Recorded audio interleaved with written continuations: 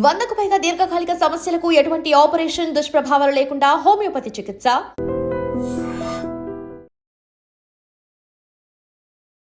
Welcome to iDream media. So జనరల్గా sugar patients rice తినకూడదు, తింటే షుగర్ లెవెల్స్ పెరుగుతాయి ఇలా చెప్తూ ఉంటారు. అయితే షుగర్ పేషెంట్స్ బ్లాక్ రైస్ తీసుకోవచ్చా? బ్లాక్ రైస్ తీసుకుంటే షుగర్ని కంట్రోల్ చేసుకోవచ్చా, తగ్గించుకోవచ్చా? సో అసలు ఏంటి మనకు తెలియని విషయాలు బ్లాక్ రైస్ గురించి వివరాలు తెలుసుకుందాం. మనతో పాటు ప్రముఖ డైటీషియన్ పావని గారు ఉన్నారు. మ్యామ్ నమస్తే అండి. నమస్తే అండి. మేడం, జనరల్గా షుగర్ పేషెంట్స్ రైస్ తీసుకోకూడదు అంటారు. రైస్ తీసుకుంటే షుగర్ లెవెల్స్ వెంటనే పెరిగిపోతాయా? అవును, రైస్ తీసుకుంటే సింపుల్ కార్బ్స్ కదండి, బ్లడ్ షుగర్ లెవెల్స్ని స్పైక్ చేసేస్తుంది ఖచ్చితంగా. ఓకే, ఇప్పుడు దాని బదులుగా చాలా మిల్లెట్స్ వచ్చాయి, మిల్లెట్స్ తీసుకుంటూ ఉన్నారు. అంటే మిల్లెట్స్ తీసుకుంటే ఓకేనా? రైస్ తినాలని క్రేవింగ్స్ ఉన్న వాళ్ళు ఈ బ్లాక్ రైస్ని ట్రై చేయొచ్చా? బ్లాక్ రైస్ని ఖచ్చితంగా ట్రై చేయొచ్చు. బ్లాక్ రైస్ తీసుకోవడం వల్ల కొన్ని హెల్త్ బెనిఫిట్స్ ఉన్నాయి. కంపారిజన్ చేసుకుంటే వైట్ రైస్ కంటే బ్లాక్ రైసే టాప్ ప్లేస్లో ఉందండి. ఎందుకంటే ఇందులో ఫైబర్ ఉండడం వల్ల, ఇందులో మెయిన్గా గ్లైసమిక్ ఇండెక్స్ తక్కువ ఉంటుంది. గ్లైసమిక్ ఇండెక్స్ తక్కువ ఉండడం వల్ల బ్లడ్ షుగర్ లెవెల్స్ కంట్రోల్లో ఉంటాయి. ఇన్సులిన్ ఇమీడియట్గా బ్లడ్ షుగర్ లెవెల్స్ స్పైక్ అనేది జరగదు. సెకండ్ వచ్చేసి ఇందులో ఫైబర్ ఉంటుంది, ప్రాపర్ డైజెషన్కి హెల్ప్ అవుతుంది, గట్ హెల్త్కి కూడా బాగుంటుంది. డైజెషన్కి హెల్ప్ అవుతుంది బ్లాక్ రైస్లో ఫైబర్ ఉండడం వల్ల. మెయిన్గా యాక్చువల్గా బ్లాక్ రైస్లో యాంటీ ఆక్సిడెంట్స్ ఎక్కువ ఉంటాయండి. ఇందులో యాంథోసైనిన్స్ అనేవి ఉంటాయి. మనకు బ్లూబెర్రీస్, బ్లాక్బెర్రీస్లో దొరుకుతుంది. ఈ యాంథోసైనిన్స్ వచ్చేసి యాంటీ ఆక్సిడెంట్స్, మన బాడీలో ఇన్ఫ్లమేషన్, డయాబెటీస్ వాళ్ళకి ఏదైనా దెబ్బ తాకినా కూడా ఇన్ఫ్లమేషన్ వల్ల తగ్గదు తొందరగా. సో ఇన్ఫ్లమేషన్ని తగ్గిస్తుంది. యాంటీ ఆక్సిడెంట్స్ ప్రాపర్టీస్ ఉంటాయి కాబట్టి మనకు ఆక్సిడేటివ్ స్ట్రెస్ని తగ్గిస్తుంది అనమాట. మెయిన్గా ఇంకోటి ఏంటంటే ఈ బ్లడ్ షుగర్ లెవెల్స్ స్పైక్ అవ్వకుండా జరుగుతుంది. ఫైబర్ ఉంటుంది కాబట్టి హార్ట్ హెల్త్కి కూడా మంచిది, బ్యాడ్ కొలెస్ట్రాల్ని తగ్గిస్తుంది. సో ఓవరాల్గా చూసుకుంటేనైతే బ్లాక్ రైస్ బ్లాక్ రైస్ వల్ల హెల్త్ బెనిఫిట్స్ ఉన్నాయి. బట్ కంపారిజన్ చేసుకుంటే కనుక by the end of the day rice is rice, carbs is carbs. When we pair black rice with vegetables and some amount of protein, అప్పుడు మనకు overall health benefits అనేవి add అవుతాయి. Okay, black రైస్ని నార్మల్గా rice లాగా 3 పూట్ల తీసుకోవచ్చా, 2 పూట్ల తీసుకోవచ్చా? క్వాంటిటీ తగ్గించాలా డయాబెటిక్ పేషెంట్స్ మెయిన్గా? ఎస్ అండి. సో క్వాంటిటీ ఖచ్చితంగా తగ్గించాలి. మనం ఏం తీసుకుంటున్నాం అనేది ఇంపార్టెంట్ కాదు, ఎంత తీసుకుంటున్నాం అనేది ఇంపార్టెంట్. ఏదైనా పోర్షన్ కంట్రోల్లో తీసుకోవడం అనేది చాలా మంచిది. సో ఇంకోటి ఏంటంటే ఈ బ్లాక్ రైస్లో ఫైబర్ అండ్ ప్రోటీన్ ఉండడం వల్ల మనకు కొద్దిగా తీసుకోగానే కడుపు నిండినట్టుగా అనిపిస్తుంది, which is a good thing. Rice అలా కాదు. రైస్ మనం ఒక పెద్ద కప్పు తీసుకున్నా కడుపు నిండినట్టు అనిపించదు. సో బ్లాక్ రైస్లో ఫైబర్ అండ్ ప్రోటీన్ ఉంటుంది కాబట్టి యాంటీ ఆక్సిడెంట్స్ కానీ, మనకి డైజెషన్కి హెల్ప్ అవ్వడం కానీ చాలా హెల్త్ బెనిఫిట్స్ ఉన్నాయి. బట్ ఒక కప్పు రైస్ తీసుకొని దాంతోపాటు వెజిటేబుల్స్ని ఎక్కువ తీసుకొని అట్ ద సేమ్ టైం ప్రోటీన్ని యాడ్ చేస్తేనే మనకు బెనిఫిట్స్ అందుతాయి. లేకపోతే నేను బ్లాక్ రైసే తింటున్నాను అని చెప్పేసి 2 కప్స్ ఆఫ్ రైస్కి ఈక్వల్గా 2 కప్స్ ఆఫ్ రైస్ తీసుకొని కొద్దిగా కర్రీ వేసుకుంటే glycemic index, blood sugar levels control అవ్వవు. By the end of the day carbohydrates అంటే కార్బోహైడ్రేట్సే ఖచ్చితంగా స్పైక్ అవుతాయి. మేక్ షూర్ మనకు దానిలో ఉన్న బెనిఫిట్స్ అందాలి అంటే ఒక కప్పు రైస్ పెట్టుకొని వెజిటేబుల్స్, పప్పు, ఏదైనా ఒక ప్రోటీన్ పేర్ చేసుకొని తీసుకుంటే మంచిది. And portion control is very important. Okay, అంటే ఇప్పుడు డయాబెటీస్ ఉన్న వాళ్ళు ఫుడ్ తీసుకోవాలి అంటే ఎప్పుడైనా కానీ ఒక కొలత ప్రకారం మాత్రమే తీసుకోవాలా? ఒక కప్పు రైస్, ఒక 2 కప్పుల వెజిటబుల్స్ ఇట్లా తీసుకోవాలా? ఇంకెట్లా తీసుకోవాలి?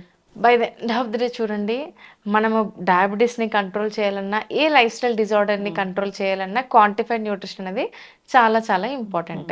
సో మనం ఏ ఫుడ్ తీసుకున్నా కూడా కంట్రోల్డ్గా పోర్షన్ కంట్రోల్లో తీసుకుంటే బ్లడ్ షుగర్ లెవెల్స్ స్పైక్ అవ్వకుండా ఉంటాయి. లేదు, మనం సౌత్ ఇండియన్స్ ఏంటంటే మార్నింగ్ ఇడ్లీ దోశలు, మధ్యాహ్నం రైస్, నైట్ చపాతీస్ అన్న మైండ్ సెట్లో ఉంటారు.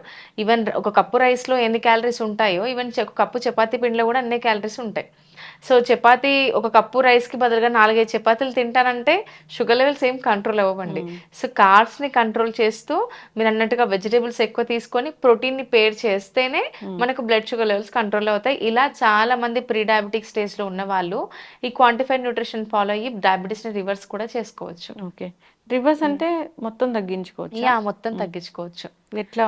సో చాలా మంది క్లయింట్స్ ఉన్నారు మా క్లయింట్స్ ప్రీ డయాబెటిక్ స్టేజ్, అంటే మెడిసిన్ స్టార్ట్ చేయకముందు ఫస్ట్ టైం డయాగ్నోజ్ అయినప్పుడు హెచ్బిఏవన్సీ చేస్తారండి. హెచ్బిఏవన్సీ 3 months average sugar level test. అందులో హెచ్బిఏవన్సీ వాల్యూ వచ్చేసి 8, 7 ఉన్నా కూడా దే కెన్ రివర్స్ ఇట్. ఎందుకంటే ఇది లైఫ్ స్టైల్ డిజార్డర్. మన లైఫ్ స్టైల్ సెట్ చేసుకుంటే సరిపోతుంది. సో వాళ్ళు రివర్స్ చేసుకొని ఖచ్చితంగా హెల్దీ లైఫ్ స్టైల్ మెయింటైన్ చేస్తూ by the end of the day diabetes రాకుండా మెడికేషన్ యూస్ చేయకుండా హెల్దీ లైఫ్ స్టైల్ మెయింటైన్ చేస్తూ బ్యాలెన్స్ చేసుకోవచ్చు. ఖచ్చితంగా డయాబెటీస్ కెన్ బి రివర్సబుల్ అండి. ఓకే. ఇప్పుడు డయాబెటీస్ ఉన్న వాళ్ళు తెలియక తినే పదార్థాలు ఏంటి? దానివల్ల షుగర్లు పెరగడం ఉంటుంది కదా, అది తెలియక మన లైఫ్ స్టైల్లో సౌత్ ఇండియన్స్ అయితే తీసుకునే పదార్థాలు ప్రాసెస్డ్ అండ్ ప్యాకేజ్డ్ ఫుడ్ అన్నమాట. సో మనం ఎక్కువ దానికే ఈజీ థింగ్స్కి అలవాటు పడిపోతూ ఉంటాము. అంటే like packaged and processed food అయితే ఖచ్చితంగా మన బాడీని ఎఫెక్ట్ చేస్తుంది. ఇంకోటి ఏంటంటే మనము క్రేవింగ్స్, రైస్ తినకుండా ఉండలేమండి. 2 days ఉంటామేమో కానీ 3rd day ఖచ్చితంగా రైస్ మీద క్రేవింగ్స్ వచ్చేస్తాయి. సో ఇంకోటి ఏంటంటే ఈ రైస్ క్వాంటిటీ ఎక్కువ ఉంటుంది. ఇది తెలియకుండా నేను తినేస్తున్నాను కదా, నేను ఏం తినట్లేదు, బయట ఫుడ్ మొత్తానికి తినట్లేదు, ఇంట్లో ఉన్న ఫుడ్డే తింటున్నాను, అయినా నాకు డయాబెటీస్ వచ్చిందని కొంతమంది అనుకుంటూ ఉంటారు. ఇంట్లో కూడా మన కార్బ్లోడ్ ఫుడ్సే ఉంటాయి.